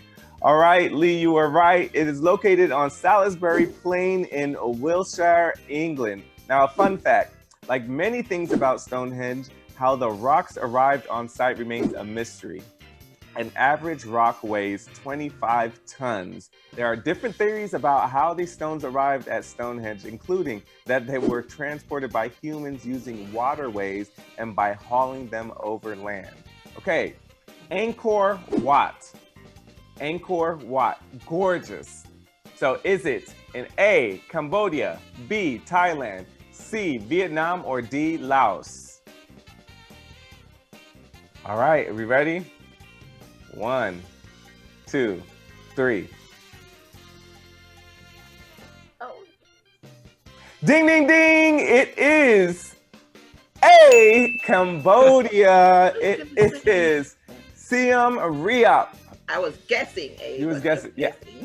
I've never even seen this place, but it's beautiful. Now, fun fact, the lost city of Angkor is a religious monument said to be the largest one on Earth.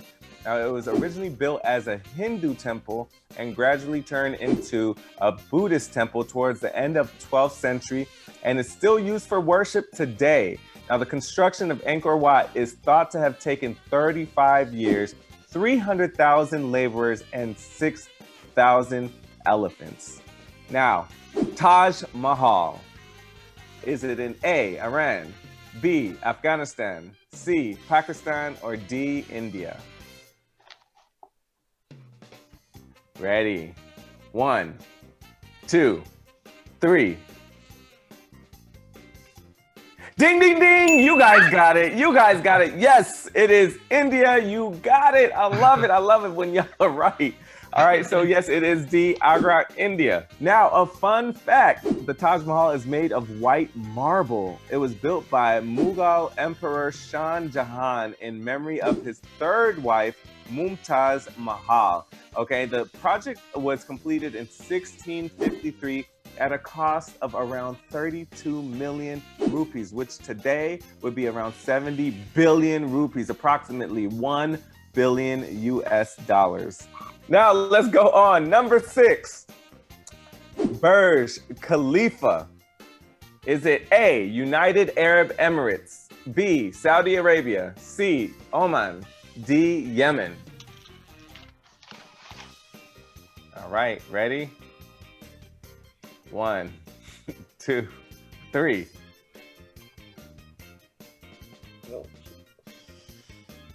Ding, ding, ding! It is A. Good job. Yes. Okay, we know our Dubai, place. right? Is that It is in Dubai. Yes, Dubai Yes, United. I want to go to Dubai. Huh?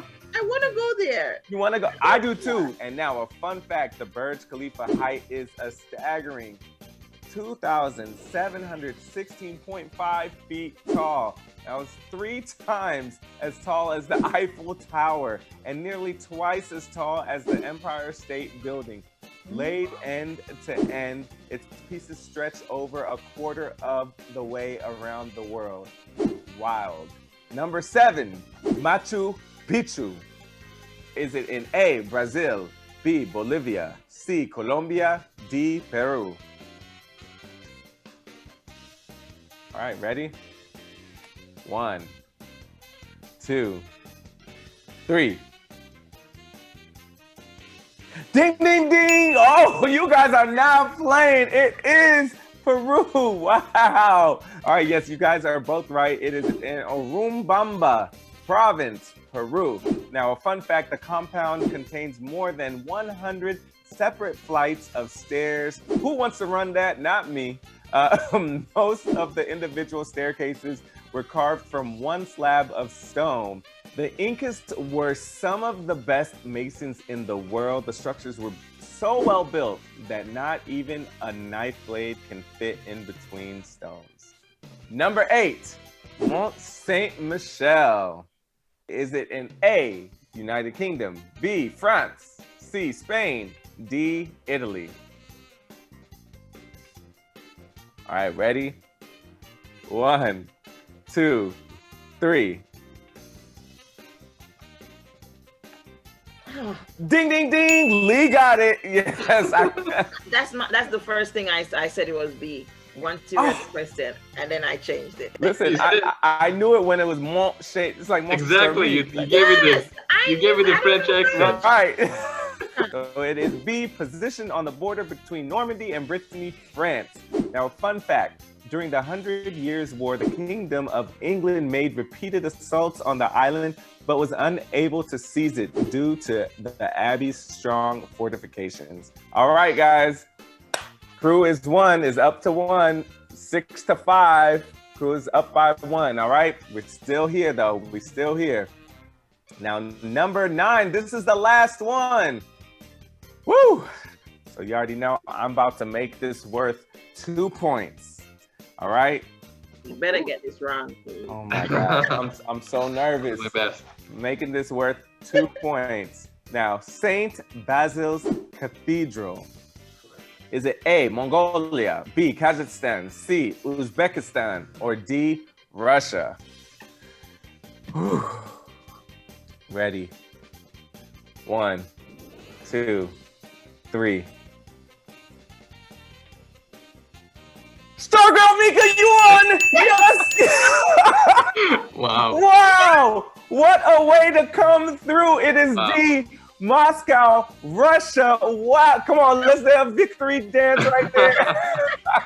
Now, fun fact. The first Tsar of Russia, Ivan Vasilyevich, also known as Ivan the Terrible, ordered the construction of the cathedral in 1554. The cathedral's original color was said to be white. Starting in the 17th century, the facade began to be painted in the bright colors that are seen today, and the pigment is said to be taken from a biblical description in the book of Revelation of the Kingdom of Heaven. Speaking of Kingdom of Heaven, Starr-Girl Meka has taken us there because she has won. Woo! All right. I don't know about y'all, but I could already feel another rematch coming soon, okay? Yes. Because really, the battle of the ends is 1-1. Okay, we're gonna have to see who's gonna take over. Yeah. All right, and squad members, I hope you guys enjoyed, and I hope that you guys played along as well. All right, back to the show. All right, Starr-Girl! Yeah. I've been to many of those places. I know. So as we were going through, I go, been there, and I was showing Yo-Yo the pictures. It goes, damn. You're right. Damn. I told you guys, Starr-Girl did not come to play. Starr-Girl coming through in the end. So close. So Lee, close. I'm so disappointed in you. I'm happy. All right, so it is Squad 6, Crew 5. The squad has taken the lead. Crew needs to get into gear and redeem themselves. So who wants to play Squad versus Crew? Drop us a DM, and you can ask to play against anybody. I think everybody that has played in the comments today, I've been watching, I think y'all should just come up and be like, do it. And if you don't know a crew member that you would like to play with, we'll put you up with one. But if you have one, just tell us, and then we'll make sure that happens. And all you got to do is drop us a DM or just even leave a comment in YouTube or Facebook right now on our show. We will get in touch with you. All right, 9 immigration questions, 50 seconds. Let's do it.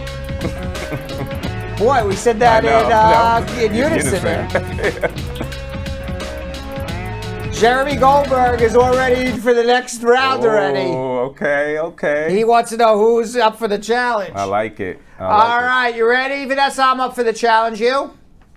I'm ready. Let's do it. Can a 17-year-old file for her mother and siblings? No. Can I travel on VAWA to India and come back? You can travel on an adjustment, but not on VAWA. What is a priority date? It's the date in which your application was received. Can I apply for an H-1B after I submit my AOS? No, there would be no reason to. You can, but there would be no reason to. Can I change from B1 to permanent residence? Only if you have a sponsor. Can an F1 holder adjust their status while studying in the U.S.? If you have a sponsor. My mom filed for me and I overstayed. Do I need a 601 waiver? It depends on how old you are. What are the chances of winning a no ID case? A NOID? It depends what the NOID is about. I have no idea. Can I asylum travel to nearby country with a travel document? Yes, if they let him in. Well, yes! We did it! Oh! And those were some real questions, man. My God. Those were not. You can dance. Those were not yes and no questions. Dance. You didn't give me any easy yes and no questions, right? We need to celebrate. I need to like shake up like some beer and squirt into something. All right, we did it. We did it.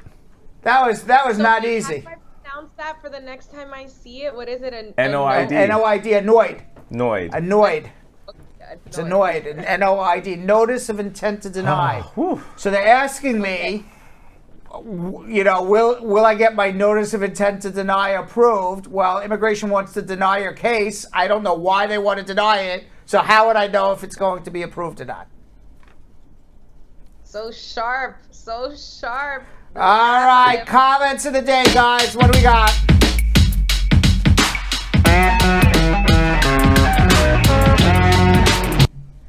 All right, our first comment of the day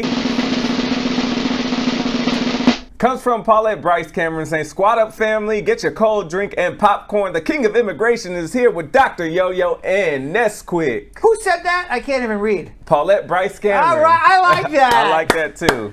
I can read, it's just too far away from me, from my eyes.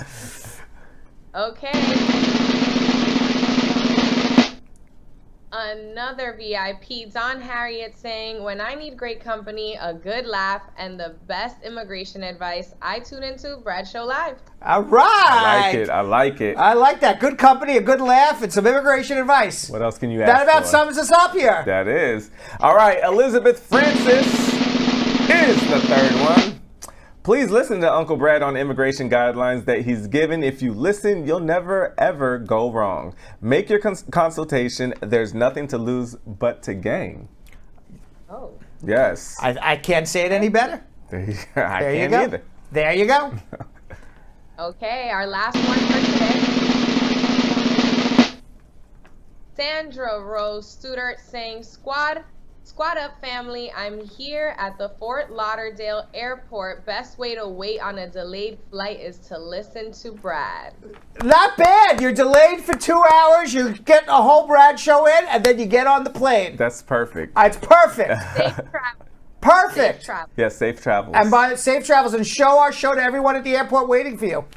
Right? Just hold your phone up. That's Be right. like, All right. By the way, guys, if you don't subscribe and you don't follow us and like us on Facebook, you'll have no idea when we're on tomorrow because we're popping up a lot earlier. And just programming note, we're going to be off the air for 3 weeks. 3 weeks. So tomorrow's our last show for 3 weeks. We're all taking a well-deserved vacation. But in the meantime, subscribe on YouTube, follow and like us on Facebook so you can check out our pop-up tomorrow. Thanks for watching. So Sam, as part of the production, we have to say this disclaimer at the end of the show. Do you mind reading it for me? Okay, but you know, Brad, I have to do everything around here. It's bad enough I've got to remember everything that happened on the episode from the previous day. Forget it. I'll do it. The proceeding was information only and not specific legal advice. Consult an attorney about your individual situation. Prior successful results do not guarantee a similar outcome in the future. To make an appointment with the Spar and Bernstein law firm located at 225 Broadway in New York City, call 1-800-529-5465. That's 1-800-529-5465. Easy to remember, 1-800-LAW-LINK. That's 1-800-LAWLINK. Once again, make a call to 1-800-529-5465. And of course, link up with the law offices of Spar and Bernstein, located at 225 Broadway on the 5th floor. If I were you out there, make the call, make the link, make the connection, make it Spar and Bernstein. 1-800-LAWLINK. That's 1-800-529-5465. And now, conveniently located in Hartford, Connecticut on 1 Congress Street. Visit us in Connecticut or in New York at 225 Broadway. That's 1-800-529-5465. 1-800-LAW-LINK. 1-800-529-5465.